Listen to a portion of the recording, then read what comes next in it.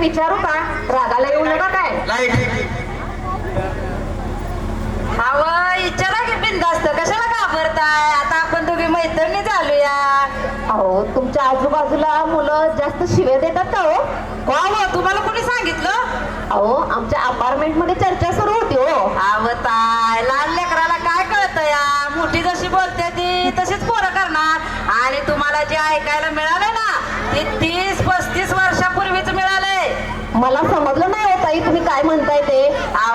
त्या काळची माणसं म्हणजे रांगडी माणसं, ना शिक्षण ना कसलं ज्ञान. पण आता प्रत्येक घरात शिकलेली सुशिक्षित सून आले आणि ती आपल्या मुलावर चांगले संस्कार करायचं काम करते. आणि आपल्या लेकरासाठी शिक्षण महत्वाचं आहे हे आता गोरगरिबांनी पण ओळखलंय. आणि तुम्ही ऐकले त्यातलं काय बी खरं नाही. तुम्ही एकदा साठेनगर शाळेत येऊन तर बघा, किती हुशार आणि चुनचुनीत मुलं आहेत ती.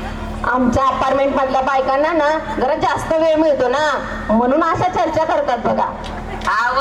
त्या शाळेत परवा डान्सची प्रॅक्टिस सुरू होती.